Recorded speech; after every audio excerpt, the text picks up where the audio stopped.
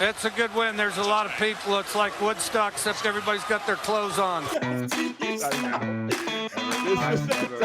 eat a damn snack. You're like my wife when you get in space. You just get lost. It's ahead! Short steps are better than long steps. That's the only time in your life you're going to hear short is better than long. It's ahead! What's up, everyone, and welcome back to 614 Headsets, the weekly football podcast where we say football is more than just a game, it's a lifestyle. Just yesterday, we had the amazing opportunity to go to the OHSFCA Clinic. We had a great time sitting down with some of the great coaches from across the state, and over the next couple of weeks, we're going to try to bring you some special segments that we titled 4 Quarters with some great coaches. Before we get into that, though, we have to mention our show sponsors who make all this possible, and the first one I want to talk to you about is Fundraising University. Fundraising University of Ohio offers a variety of fundraising efforts that helps football teams run profitable, effective, and fast-paced fundraisers designed to raise the most money in the shortest amount of time to reach your fundraising goals. Fundraising University of Ohio is locally owned, operated, and with their 6-step blitz system will help your team maximize profits. Brett Maxwell with Fundraising University will sit down and help you pick, plan, and strategize and execute your next fundraiser. If you're interested in us running a fundraiser for you, please contact Brent Maxwell at bmaxwell@fundraisingthelletteru.net or 740-501-8946. And our second sponsor, who we got to mention, is Storied Rivals. Storied Rivals Sports Media offers the most unique highlight experience available. Storied Rivals delivers your team's content with services designed to change the way you experience these unforgettable moments now and for a lifetime. Storied Rivals now offers a complete team apparel and player shop customizable to your program.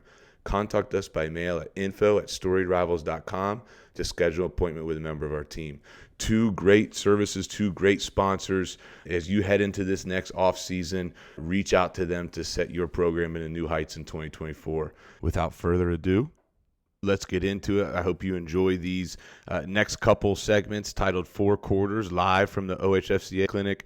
Make sure you subscribe on YouTube and whatever platform you might listen to the podcast. And also make sure you go check out the home of 614 Headsets at www.614headsets.com. Check out all the great content we have on there, and maybe you can go and check out the lab. Enjoy the show. All right, here we are back again after a short little break.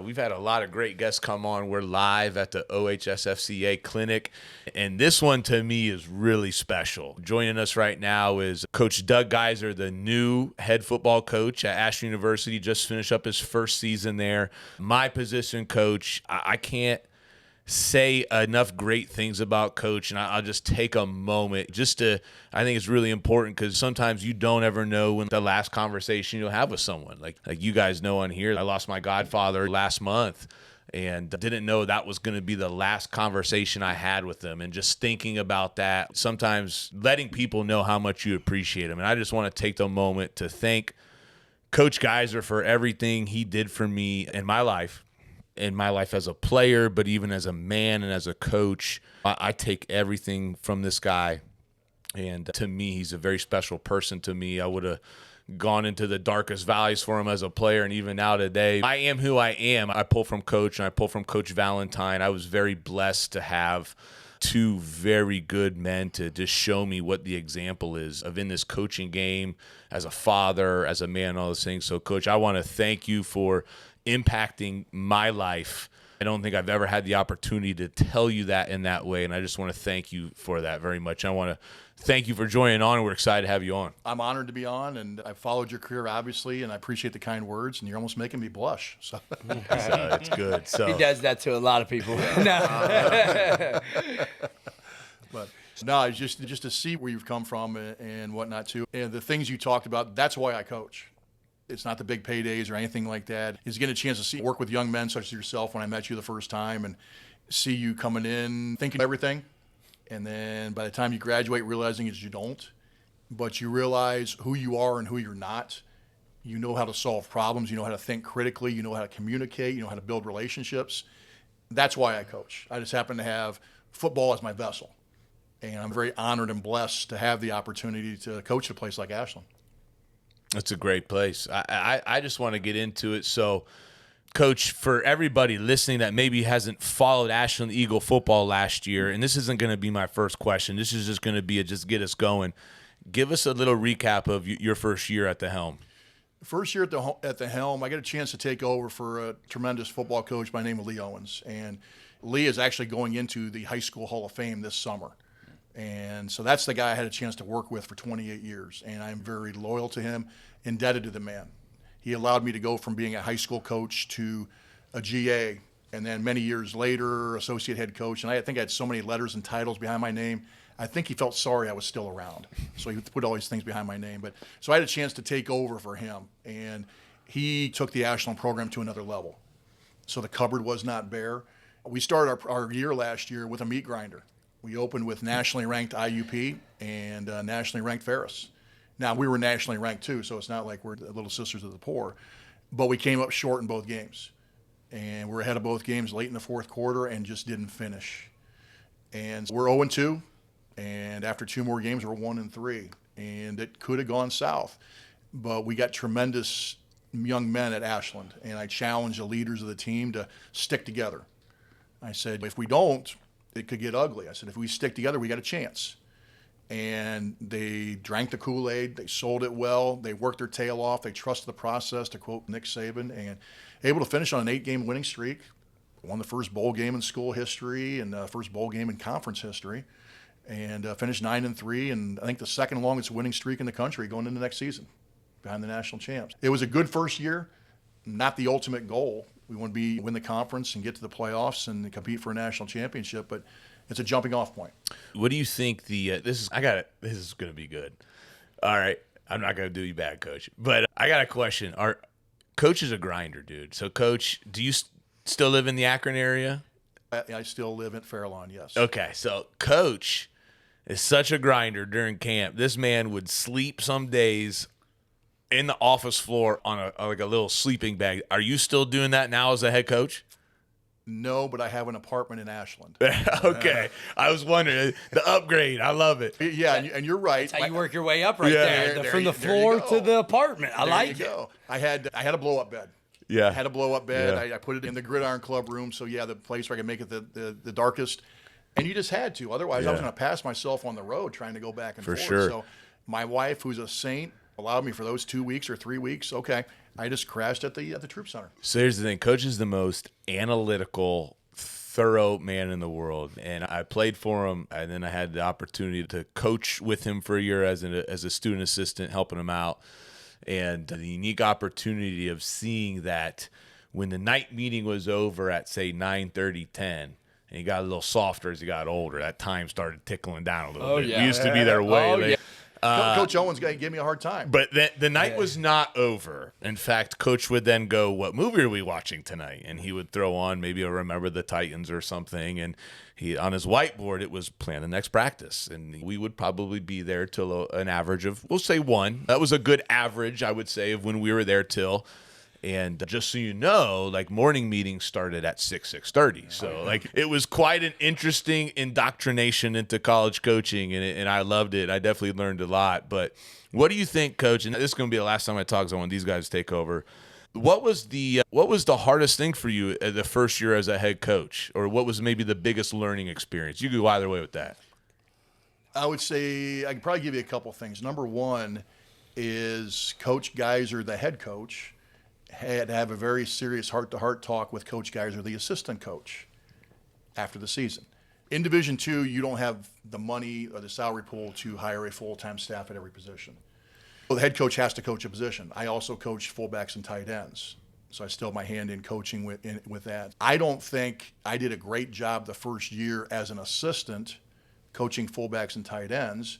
I felt at times you're pulled in a couple different ways. There's certain things you have to do as a head coach during practice. You have to be able to see everybody in practice. Everybody has to see you. And learning to balance being the head coach and not shortchange the guys in that room, the fullbacks, tight ends room, was a bigger challenge than I anticipated. And so I will be better at that this year. I will be better at this year, just finding ways, because there are certain times in practice, you've been a head coach too, you're going to be pulled away, you need to see other parts. Mm-hmm. And so balancing that is probably number one.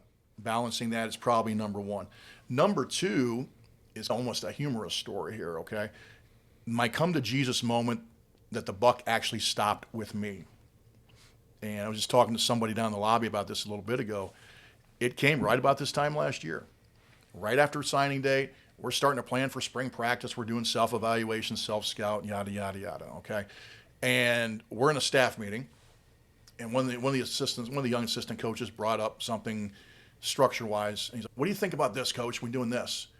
And I'm sitting back thinking about it. I'm like, that's actually a pretty good idea. We're going to have to talk that over, which usually meant I would get with Coach Owens after the meeting. We would talk about it. He'd make his mind up what we're going to do. And I'm like, wait a minute. I'm thinking to myself here, there is no Coach Owens. I'm that guy now. We're going to do that. That's a great idea. So that's hilarious. It was right at that point. Okay, yeah, I'm actually the guy right now. And it's been a blessing, as Kyle, the thing that has been tremendous. I'm really blessed with this. Coaching at a great school, great facilities, a school that sells itself academically as well, is it's been built already. Usually when there's a coaching change, like for example, when Coach Owens took over, Ashland had been 2-9 for 2 straight years, which doesn't happen there, and that's why there was a coaching change. And it's not broken right now. Okay, we just finished the greatest, most successful 10-year period in Ashland football history, 103 years of. And the culture's built. The expectations of the kids are built. The consistency in program and system, in the coaching staff, it's all there. I just got to not screw it up. I know there's some subtle changes, yeah. You would recognize the changes because you played for me. As I talked a little bit off air here, in a lot of respects, I'm coaching the team like I coach the offensive line in a lot of respects. And it's challenging, it's invigorating, and I absolutely love it. You probably have to ask the players and the coaches, though, if they love it. But for me, I'm having a blast. That's awesome. You spent your majority of your career around the offensive line, and you might be the first guest we've had that has been offensive line coach at any point, right? From to think back to season 1 through season 2 even. Yeah, I think Coach is. I love it. The guest of honor. What, as you've gone through your coaching O-line, I think you get, it's the only position where you get 5 guys that could be all completely different. It's the only position you get where you have to have 2, sometimes 3 guys all doing the same thing or working together for one goal. What is, over the years, what's your favorite part, or what was your favorite part about coaching O-line? Was it the different personalities? Was it like, hey, it's 5 guys trying to do one general thing of blocking, we're all got to do it our own certain way?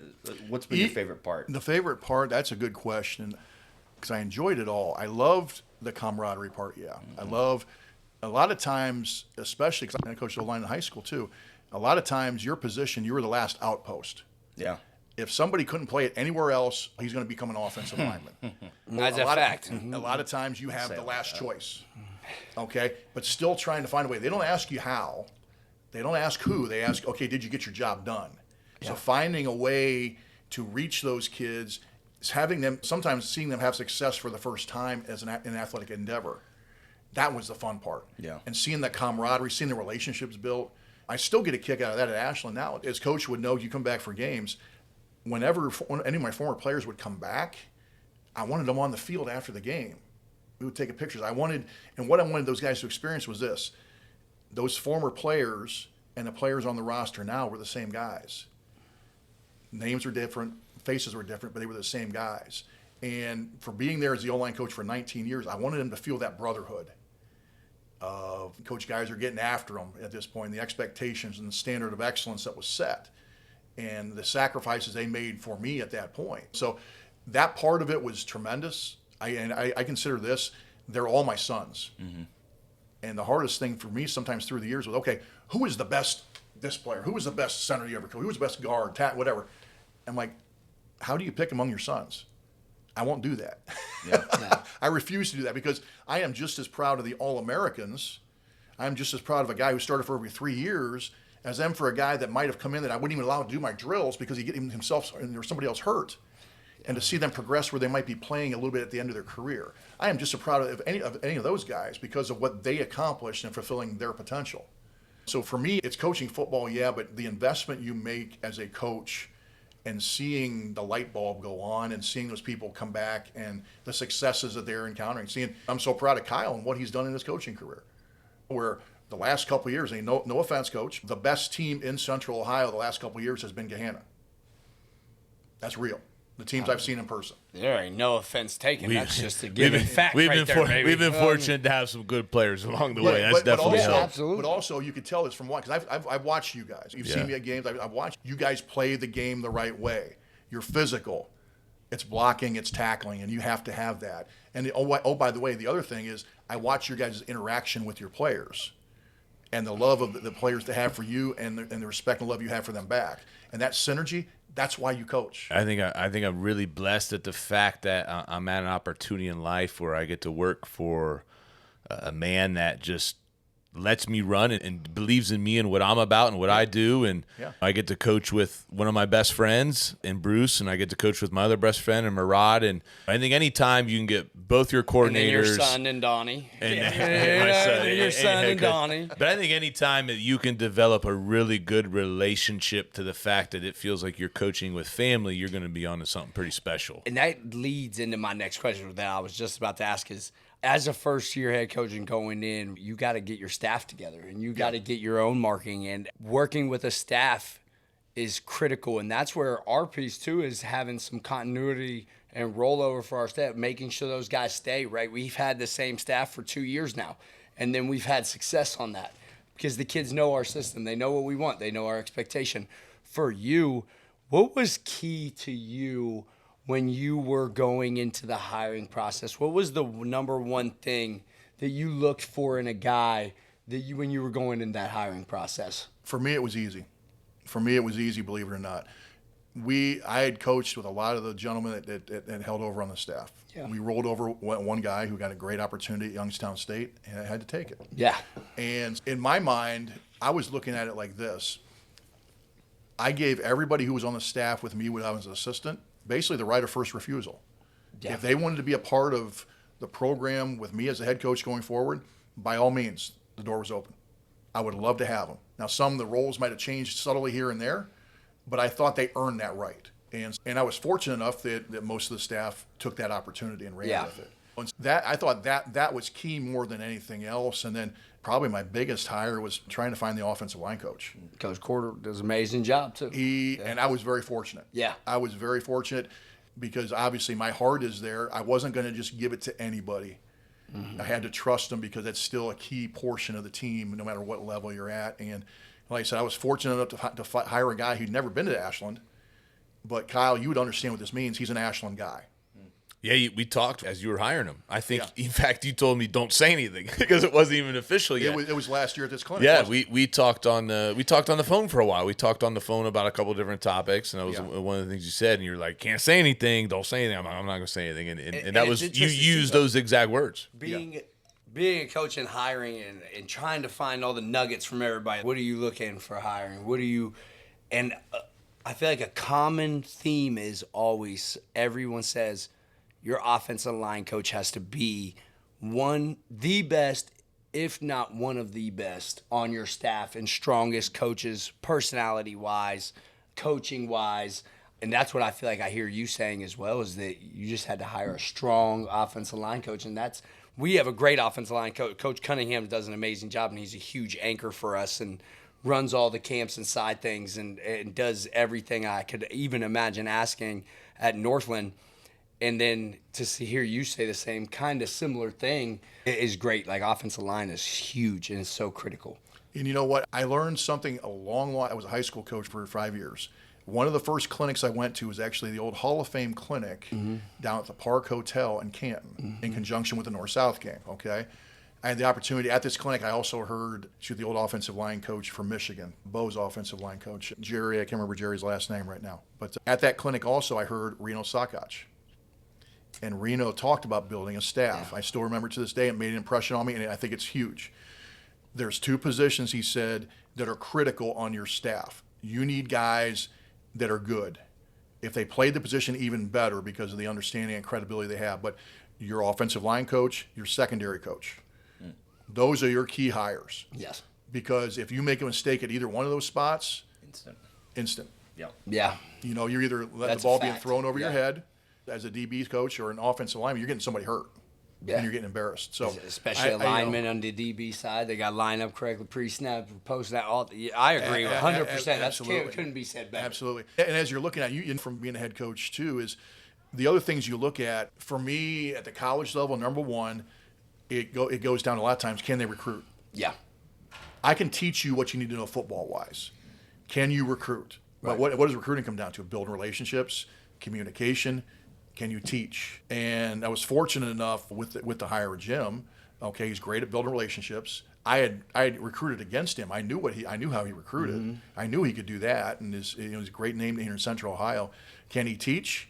That's what I found out when we met for the first time down in Charlotte at last year's AFCA convention, and then just watching him with our guys. He built relationships with them, and they'll go to the wall for him. And we were very fortunate to get a man of his caliber. And this past, I've had a second hire I've had to do. My safeties coach was offered an opportunity at Tulsa after the second scrimmage this summer. So we're going into game prep for week 1 against IUP, who's ranked 10th in the country, and I'm down one secondary coach. But I was able to hire a gentleman back who played for us. I don't know, Kyle, Donzel Ashley. Do you know Donzel? I do. I remember the name. And he was coaching high school actually out in California. Okay. And hired him in. I moved Coach Orsini to safeties, hired Donzel week 3. So, I mean, his first week, he drove out from California, where he's from, to be there for Friday for the first game of his career of coaching was against Ferris. Welcome to college football, Donzel. Put right in the mix. You're right in with the dogs. Yeah, and then the next week you're playing the trophy game against Hillsdale. Hey, but he did a tremendous job, and the thing that he's got as well is the credibility and the building of relationships instantly when he came in. Mm-hmm. He gets it. And as a young coach, especially if I had to give any advice to a young coach, I remember this when I was a young coach. I didn't think I knew anything, and I didn't. I said, okay, what are my advantages now in my first year of coaching? What do I know? You know what? I was in their seat not long ago. Yeah. I know how they think. I know how they feel. I can relate to them. And that's where it starts. Right. That's where it starts. And Donzel's done a great job with that. He's got a great knowledge of the game as well. So, I don't know if that answered your question. Yeah, no, it did. Absolutely. That's a perfect. And that's exactly what I was looking for. From the privilege of just being around Coach, he is the most relationship-driven person in the world. Like a lot of times as coaches, you get locked into knowing your players. Mm-hmm. Coach knows something about multiple things about everybody in the building. Mm-hmm. Even when he wasn't the head coach, he would know who they are. He did that with recruiting. Where they played. He's the only college coach that came to Northland High School and knew knew my kids, knew what I was doing too, seeing that I've been running this with you. It's just even down there just now, he's you had a great season. Not a lot of coaches know what our record was through the season. It always amazed me like how he on every kid in the door could rattle off 3, 4, 5 different things about him and knew who they are. And I think that's a big thing. Coach, last question for you. Yeah. What's maybe something everybody could drive themselves to in 2024? What's a good book? What's a good resource? What's something you've chewed on maybe in the last couple of years? That's a good question. You know what? I'm reading a book right now. I'm teaching a class right now. I didn't tell you that. You did downstairs. Yeah, okay. So I'm teaching it. Okay, sorry about that. You can't. You should have rolled with it. Yeah, you're right. No, he knows how I am. No, that's fine. But no, I'm teaching a theories and techniques of football class right now. This is why it's funny, because Coach Owens taught a class something too, right, yes. with football. Yeah. And players would sign up for it and cut the class. Oh. How do you do that? So that's terrible. They hear him coach that. It just reminds me of that. And we'd be like, and kids would get in trouble, and we're like, are you stupid? How dumb are you? Yeah, like, are you stupid? You can't cut that class. The head coach's class. But go ahead, Coach. But no, I'm giving them history of football in that class. We did that first part of the semester. I'm reading a book, and I'd recommend this to anybody who's a student of the game that appreciates the evolution of different schemes and systems. I think it's called Blood, Sweat, and Chalk. The author, I think it's Tim Layden. It's through Sports Illustrated Press. It's about 15 years old. Is that a green? Is it green? It is brown. It might look like football on the cover, but anyway, what it does, it's got 22 chapters. It takes the evolution of the 22 different trends in football and where they came from. I have that. It talks about the Wildcat and some different things. It talks about. I took a picture of that book. I found it in the boxes of my stuff. I have it on it's literally sitting on the edge of my family room right now. Zone blocking. It talks about Howard and White. How did zone blocking come about? Yep. How did the bear defense come about? Yep. I have Wildcat, just Recommended. Kyle's my little library. Right. I go to Kyle. Kyle's giving me 3 books now. I've already knocked one out. We're on to number 2. I'm going to turn them back in, and I bet you that's going to be one that I get right there. That's great. Yeah. And the next book on my docket is actually, it's called Extreme Ownership. It's by... It's great. It's tremendous. Amazing. Yep. Tremendous. That's the my next read with that. As I've been researching for the class I'm teaching, the Bill Walsh Bible. Okay, that is. I got an actual original copy of that. It's not in print anymore, and now I'm seeing it like on Amazon for $200, $300, $400 per. I've got a copy of it, a hardback Keep copy. that bad boy. Oh, absolutely. Yeah, you better keep that bad boy. Absolutely. As you're going through, because he basically, and like I said, it is an encyclopedia, if you haven't seen it, of how to run a professional football team, how to, from front office to coaches to recruiting player, evaluating players. It's got to be interesting too, It is. from the top down like that. It is. Yeah. It is tremendous, and it is so all-encompassing just to see what the parallels all to what I'm doing now, what works in college. One thing I'll say, and I'll give it from the perspective of when I read Extreme Ownership. I did the audiobook just because being busy. I appreciated listening to it in the summer in preseason camp. If you think about it, then I think that's a lot of time where people will try to focus on what we can't do. People will complain about, we're not very good this year at this, or we're not doing this. Yeah. I found it to be a very uplifting book and material to read as you're starting your season, when maybe that could be a natural time for people to want to make excuses about why we can't do something. And I really appreciated the fact of doing it right then and there, because I think it helped me focus on you can't make excuses of those. And me as offensive coordinator, as I was responsible for everything. So to me, it was like if something wasn't working, it was my fault. Yeah. And I had to figure out a way to be proactive about that. So maybe I'll challenge you, Coach, if you're going to pick that book up, maybe it's a great time. And maybe when you start your preseason camp, it could be maybe that's what you listen to when you're there till 1 a.m. on that board. And you let me know if you think it helped you, because it's a great book. And I think that, to me, I really liked the timing of when I did it with what was going on. And I think that's an important thing. I'm going to do you one better. This past season, this may surprise you, it may not. We still have over 15 accountability teams. Yep. Still have that in the captains. That's my players' council. Meet with them once a week. I gave them a book. We read a book through the season. 17 traits of teamwork. Yeah. John Maxwell book. Okay. And so every week was 1 or 2 chapters, depending. On that Thursday meeting before the team meeting, before we went out for practice, you remember that? We took 10 minutes, and everybody had to tell me something from that. What did they get out of what we just read? So I've already looked ahead enough. That's probably going to be the book that we read as captains next season. That'd be good. I like that idea. That's really good. It's an old Phil Jackson. Coaches are great thieves. Nobody's had an original. Phil Jackson books. Yeah, we're all are amazing great. thieves. We say that. We I just said that on the phone the other day. Sacred Hoops is such a great book. Tremendous. We said Tremendous. When we were on the phone. Ryan, have you read Sacred Hoops? I've read one book in the book that I got. The next book in college. that when you turn back in your books, I'm gonna put Sacred Hoops in there. It is a phenomenal book. And The Art of War. I want that. I'll give you The Art of War too. But I'm sorry, Coach. I know it was fourth quarter's up, and you're not overtime. Used to We said overtime would be okay. Overtime's fine. I know we you're not went used 4 to against Finley. We beat Finley in 4. Not used to overtime at Ashland High School or Ashland College. You guys dominate everybody. So university, college. See, I messed it up there. I'm sorry. University. But I'm an ODU guy, so it's Correct. all. You're allowed. Ohio Dominican University. The Ohio Dominican University. No, but overtime. Number one, and this is the same overtime question I had last, Roy. Number one Kyle Stout story.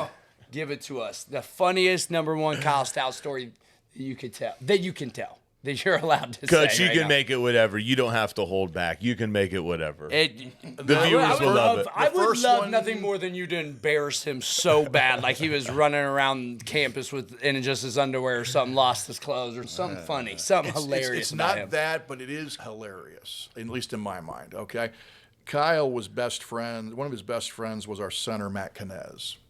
Okay, and literally, it was like they were married, meaning this. It was like 2 old married husband and wife, as far as how they would nag and nitpick each other every single day, every single practice, every single meeting, in the locker room. Things don't change, in the Kyle. hallway. It was hilarious. And I probably said to him more than one occasion, you guys are married for 25 years. Yeah. It was, that's Just the one that seeing came to mind right away. relationship go, not all the stories. And loving it at the same time. He's the same way with me and Donnie. Kyle nitpicks us and nags us, and then me and Donnie are like, it's Kyle. Kyle can be Mr. Salty. He can be Mr. Salty at times, right? Oh, listen, I was at the gym trying to be healthy before our clinic, and I came in an hour later than those guys, and they were already set up. And Coach, Kyle was going to strangle me. We ran our own clinic, and it was great. And this dude showed up an hour late. An hour late for setup and set things Hour up. late for setup. I was before every guest. But you were an hour late for setup. Yes, We had an and- entire building and room to schedule and set up. The best thing was, though, that Donnie was smiling, knowing that I'm laughing in my head, and we had the connection like, yes, we just pissed Kyle off. There we go, you know what I mean? Like, it was like a mission was accomplished between me and Donnie. And Donnie appreciated me going to the gym that morning. It was pretty funny. It was, in the end, it was absolutely worth it. It was 100% worth it. But no, it is great, though, hearing from you. It is great. Stop beating up on my Panthers, please. Take it easy on Coach Cummings. Stop beating him Kelly's up. a friend. Yeah, Kelly's a friend. Kelly does a heck of a job there, and in a lot of respects does more with less than most in Division II, and does a hell of a job with it. And the best compliment I can give them is they play the game the right way. Yeah. They are physical. They ask no quarter, give no quarter. And to beat ODU, you have to beat ODU. Yeah. They are not going to hand it to you. I think it's and just you a gotta gritty physically beat place. them. Like, it's Yeah. just two kids are tough Yeah. there. Like, they Yeah. know we don't have no resources. That's where we prided ourselves off Yeah. there. But you guys got that little pretty indoor over there now, huh? You're fancy.